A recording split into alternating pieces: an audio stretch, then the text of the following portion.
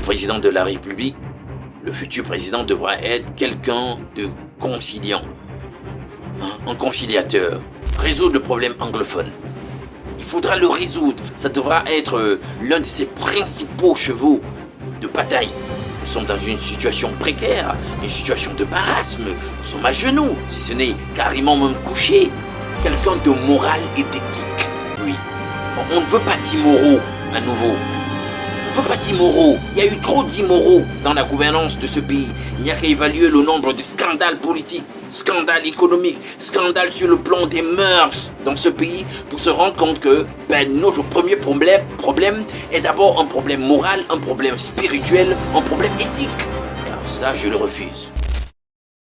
Bonjour, bonsoir, salut à vous, où que vous me receviez à travers le monde. Vous êtes sur la chaîne YouTube d'Alain Douk. Alors, comme ça, si vous venez d'arriver et vous êtes en train de visionner cette vidéo, vous pouvez déjà activer le petit bouton de notification ou alors laisser un commentaire par rapport au sujet qui sera traité pour nourrir le débat relatif à ce sujet. Vous pouvez de même laisser un like ou partager le lien de la chaîne avec vos différents contacts, vos contacts qui seraient intéressés par la ligne éditoriale ou par les différentes présentations qui seront faites ici sur cette chaîne YouTube. Je vais comme ça de but en blanc revenir à vous pour la première présentation de notre chaîne YouTube.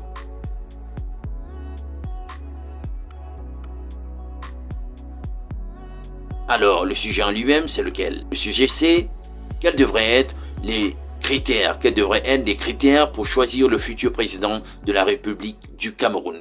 Alors, comme ça, je vais donc rentrer dans le traitement du sujet. D'après moi, le premier critère, en fait, devrait être l'intelligence. Ah, bien sûr. On ne va pas choisir un président qui est un président inepte. Il faut un maximum d'intelligence, d'après moi, pour présider à la destinée de ce peuple très complexe qu'est le Cameroun. Il devra être le futur président de la République, quelqu'un de foncièrement intelligent. Oui, l'intelligence, cette faculté fondamentale à acquérir le savoir, la science, la connaissance et notamment aussi cette faculté à s'adapter dans toutes les situations et savoir tirer son épingle du jeu, savoir tirer son parti dans le jeu. Donc le président de la République devra être quelqu'un de foncièrement intelligent. Je dirais même quelqu'un de clairvoyant. Quelqu'un avec de grandes facultés de discernement. Justement pour diriger un peuple. Un peuple tel que celui du Cameroun. Un peuple avec des grands enjeux de développement. Un peuple très complexe dans sa composition multiculturelle, multi-ethnique. Il faut quand même de grandes compétences, un peuple avec de grandes richesses, un peuple avec des grandes aspirations. Il faut de l'intelligence, il faut du discernement, il faut de la clairvoyance. Il faut donc que vous ayez ces facultés pour être à même de développer la plus pertinente des perspectives politiques. Faire des anticipations rationnelles, avoir ces éléments qui relèvent même de la futurologie. Être capable de voir clair les enjeux du futur et implémenter dans le présent les mesures qui s'imposent pour que votre peuple soit à mesure en réalité de faire face au futur et de le braver. Moi, c'est comme ça que je vois le futur président de la République du Cameroun à ce niveau. Et bien sûr, lorsque je parle d'intelligence, oh là là, il faut éviter tout de suite de verser dans ce qui caractérise ce pays qui est le nôtre et qui est totalement vendu à ce qu'on appelle la diplômée de chez nous. C'est-à-dire que cette inclination à toujours réduire les problématiques autour de l'intellect à la problématique du diplôme. Ben non. Je ne parle pas ici, lorsque je parle d'intelligence, je ne l'envisage pas sous le prisme camerounais. C'est-à-dire que essayer de répertorier le plus grand nombre de diplômes que le président de la République aurait, non. Je ne parle pas du diplôme. Je parle d'intelligence. Parce que, disons-le nous, le diplôme, c'est une présomption de connaissance et de compétence dans un champ spécifique de la connaissance ou sur un sujet donné. Mais l'intelligence, c'est une faculté innée. Innée et une faculté d'ailleurs qui donne matière à se voir développer. Donc, je ne parle pas d'intelligence ici pour qu'on la réduise à la reconnaissance académique. C'est-à-dire, quel est le titre que le sieur aurait devant son nom, docteur, professeur, je sais pas moi. Ben non. Vous le savez, le pays a été dirigé et est dirigé à plusieurs égards par des gens qui bénéficient d'une certaine reconnaissance académique. Nous avons des professeurs éminents, des docteurs dans tous les champs de la connaissance qui sont là et à qui des magistères ont été confiés. Et on voit bien que bien qu'il soit là, le pays n'est pas dans sa plus grande des formes. Nous sommes dans une situation précaire, une situation de marasme. Nous sommes à genoux, si ce n'est carrément même couchés. Donc le pays est exsangue et il est hautement blessé. Bien que nous ayons confié et fait confiance dans des magistères à des gens qui sont des diplômés, des gens qui bénéficient d'une certaine reconnaissance académique, qui sont des universitaires. Donc on ne va pas réduire la problématique de l'intelligence au fait d'avoir des diplômes, d'être bardé de diplômes ou d'être un universitaire. Ça, je le refuse. Ça n'engage que moi, vous m'en direz ce que vous pensez, mais moi c'est ce que je dis.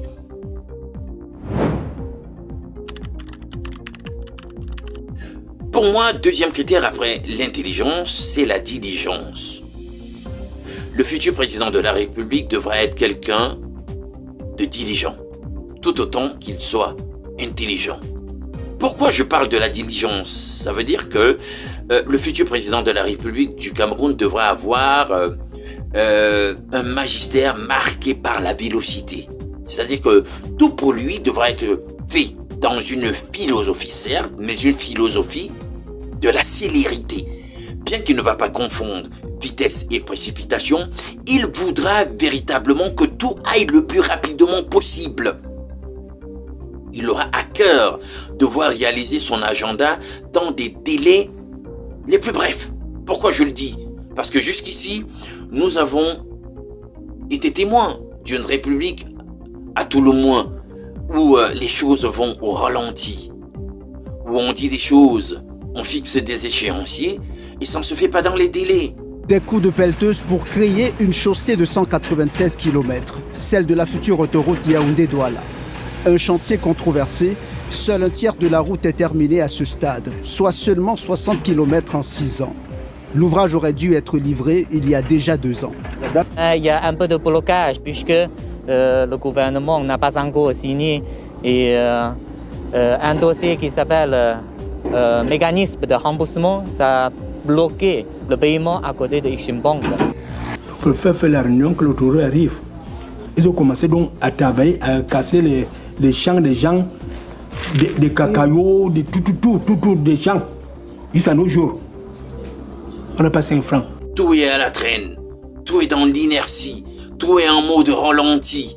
Non, je pense que le futur président de la République devra faire les choses différemment.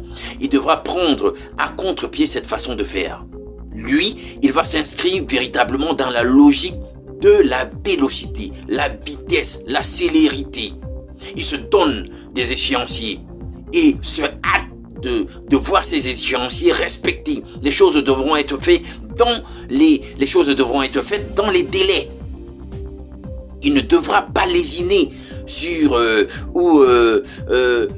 faire montre de complaisance avec des gens qui imposent des goulots, des pesanteurs, qui sont toujours là à la traîne, veulent que ça aille le plus lentement possible, veulent que ce soit la prospérité de l'inertie. Non, il ne devra pas admettre ça. Et notamment, tellement il ne va pas admettre ça, que si vous ne pouvez pas faire les choses le plus rapidement possible pour que la situation de marasme et de précarité dans lesquelles le Cameroun et les masses se retrouvent, les masses camerounaises se retrouvent en ce moment, elles en sortent, il ne devra pas, le futur président de la République, faire avec vous.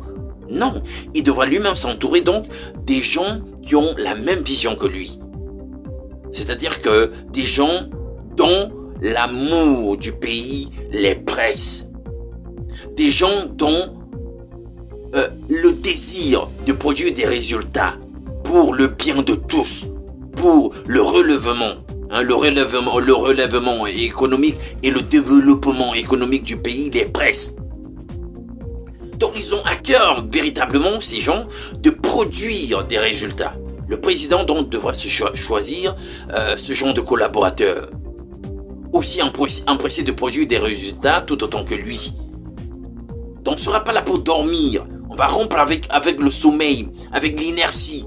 Des gens qui veulent tout faire à la traîne, qui ne respectent pas les délais, qui ne respectent pas les échéanciers.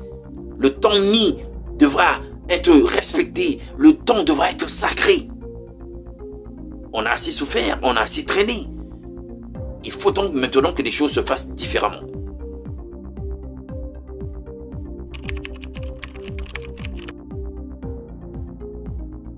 Le président de la République devra être quelqu'un de conciliant.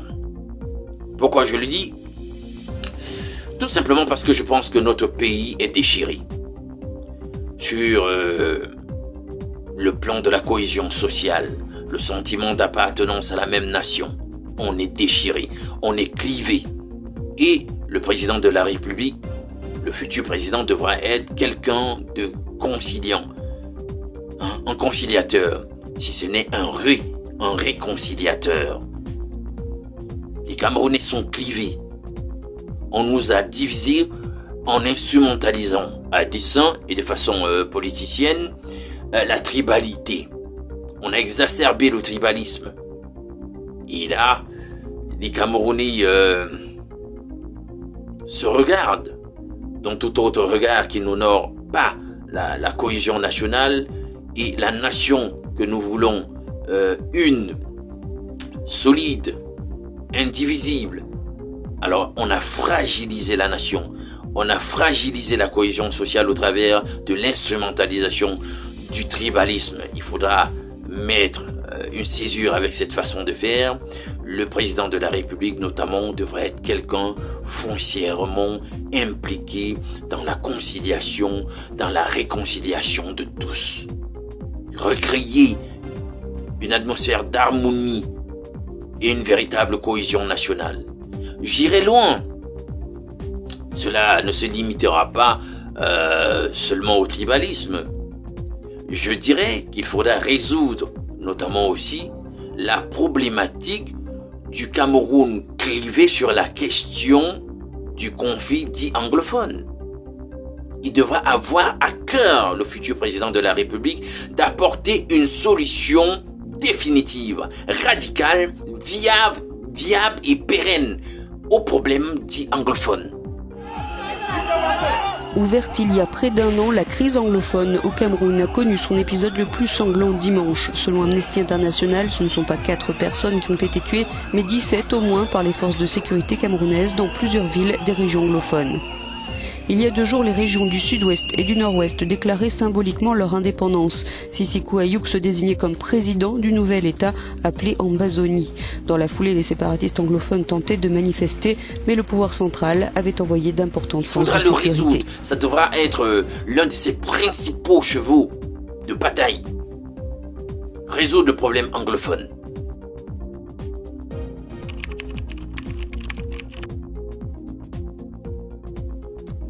Il faudra donc revenir, d'après moi, ça n'engage que moi, je le dis, au fédéralisme. Pour moi, le futur président de la République devra avoir à cœur de revenir au fédéralisme.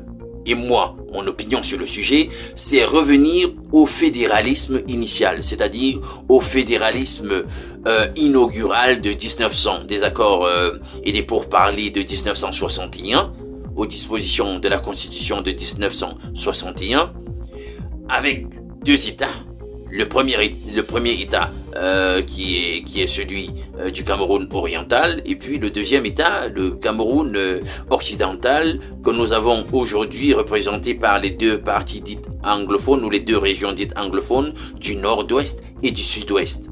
Il faut revenir à cette réalité historique sur laquelle il y a eu un biais, il y a eu une bévue, et procéder à une réparation, une restauration de la vérité historique de ce pays sur la question du fédéralisme. Alors, ça pourrait être, les gens pourront dire, écoutez, c'est dépassé, c'est suranné, il faut passer à autre chose, mais je dis que pour moi, ça n'engage que moi, le retour à ce fédéralisme inaugural à 2 États, selon les dispositions des accords de 1961, devrait être le point de départ. Et ce point de départ pourrait donc nourrir la dynamique progressive, d'un fédéralisme en beaucoup plus d'États que les 2 initiaux. On pourra notamment voir si par la suite l'amorce faite avec le retour au fédéralisme à 2 États pourra nous permettre de développer, de concevoir une ingénierie politique et juridique et de gouvernance qui permettent de créer, à la suite de ces 2 premiers États de la fédération initiaux, d'autres entités étatiques pour élargir notre conception du fédéralisme. Mais le point de départ, c'est de retourner à ces 2 entités inaugurales, initiales de 1961. Donc le futur président de la République devra être un fédéraliste, d'après moi. Comme je le disais, c'est mon opinion. Maintenant, vous imaginez bien que ce qui sous-tend ce critère du fédéralisme et des velléités de retour à un fédéralisme chez le futur président de la République, c'est la forme de l'État, dont je suis en filigrane en train de poser sur la table la problématique de la forme de l'État. On a voulu résoudre le conflit anglophone, mais en bottant sur la touche la question de la forme de l'État, c'est-à-dire que les gens ont eu une conception sclérosée des démarches pour résoudre le problème et ne voulait absolument pas qu'on pose sur la table la problématique de la forme de l'État. On devra repenser une nouvelle forme de l'État, une nouvelle ingénierie juridique et politique pour l'État et justement repenser un nouveau contrat social. On doit avoir le courage d'aller vers ce genre de choses. Est-ce que nous aurons le courage? Il faut qu'on l'ait, ce courage, et repenser la forme de l'État, revenir au fédéralisme.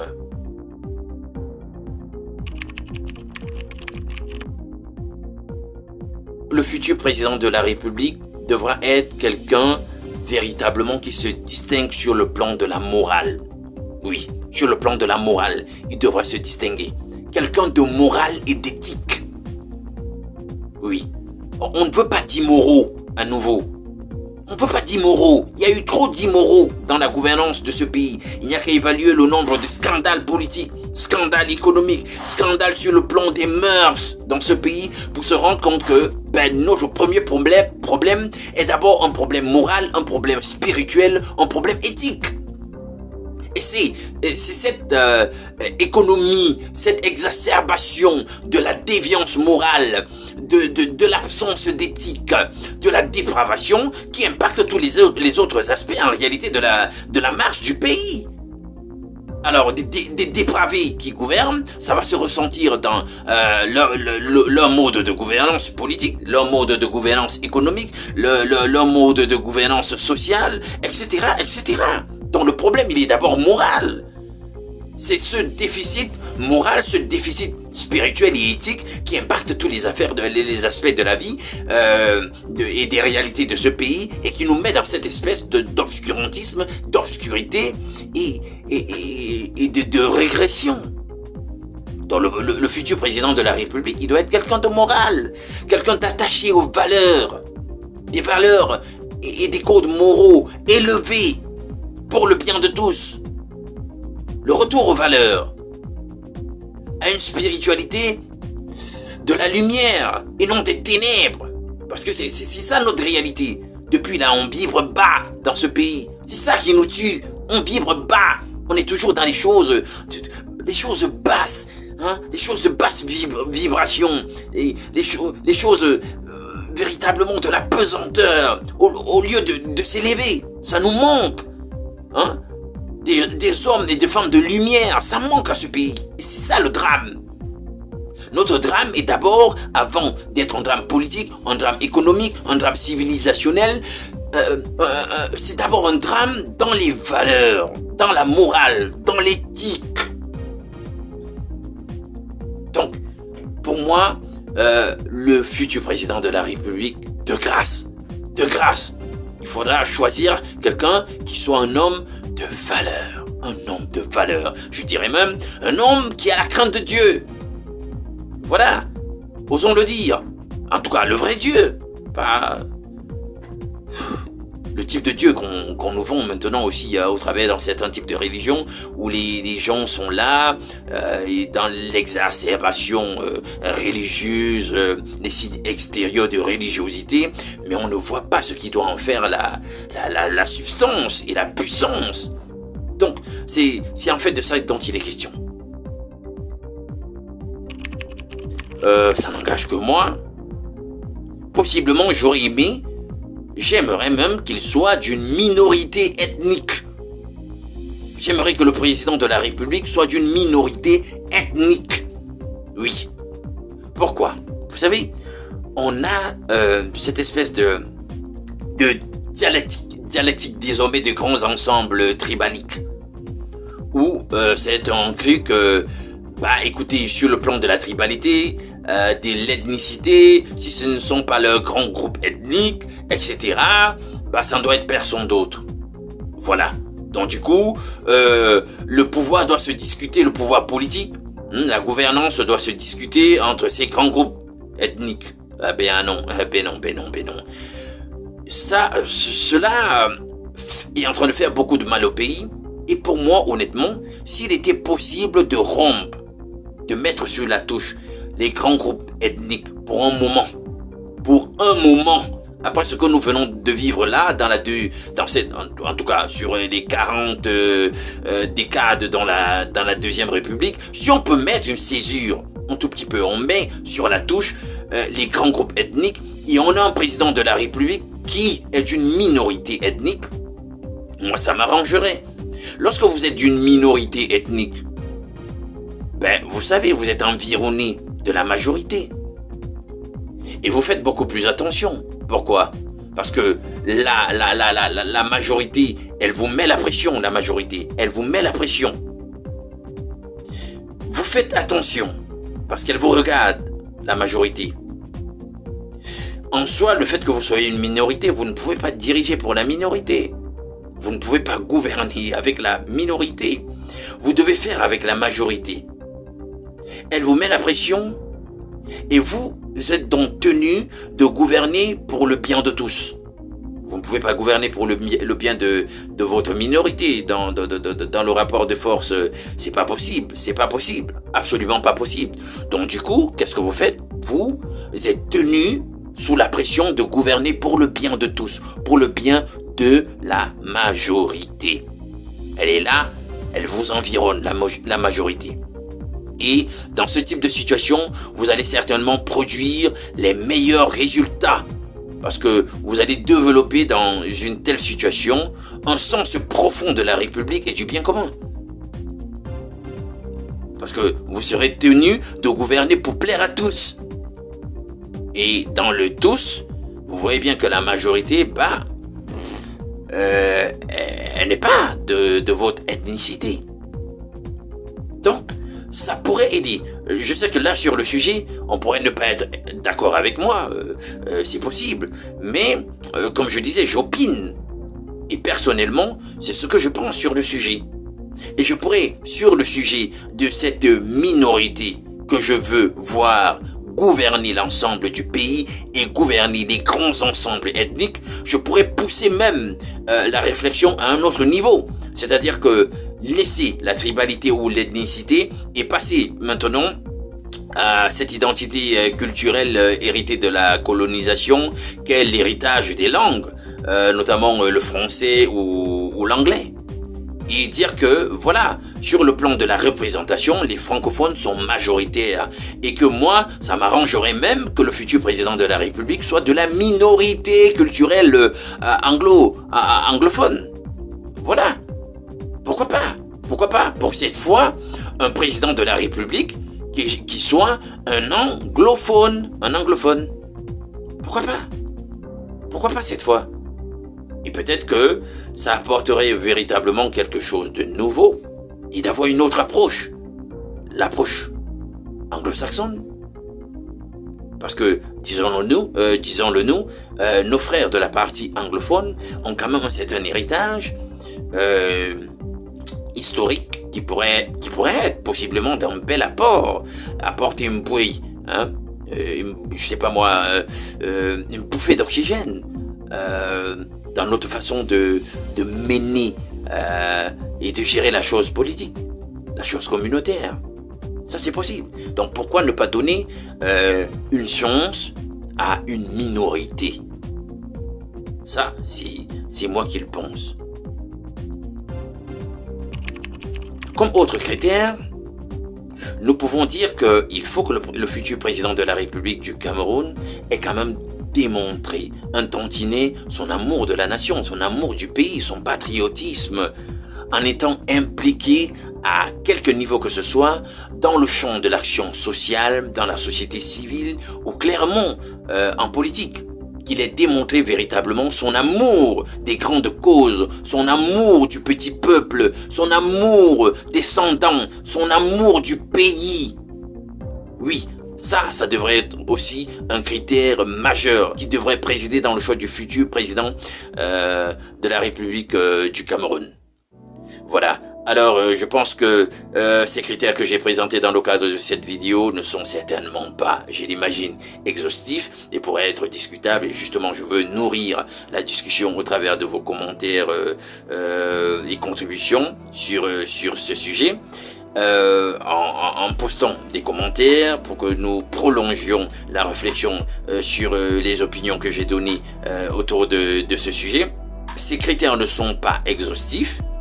Voilà, ils ne sont pas exhaustifs, mais dans le cadre de cette présentation, je pourrais m'arrêter à ces quelques critères que je juge être des critères hautement importants et sensibles et qui devraient être notre motivation, si je puis m'exprimer ainsi, ou être totalement au cœur de nos préoccupations au moment où nous allons devoir choisir le futur président de la République. À nous revoir pour le prochain sujet sur cette chaîne YouTube à laquelle j'espère vous allez être fidélisés. Alors comme ça, je vous prierai, si vous nous retrouvez là sur le moment, d'appuyer sur le bouton de notification, de laisser un commentaire, de laisser un like ou de bien vouloir partager le lien. Sur ce, je vous souhaite de passer de bons moments jusqu'à la prochaine présentation. Bien de choses à vous, au revoir.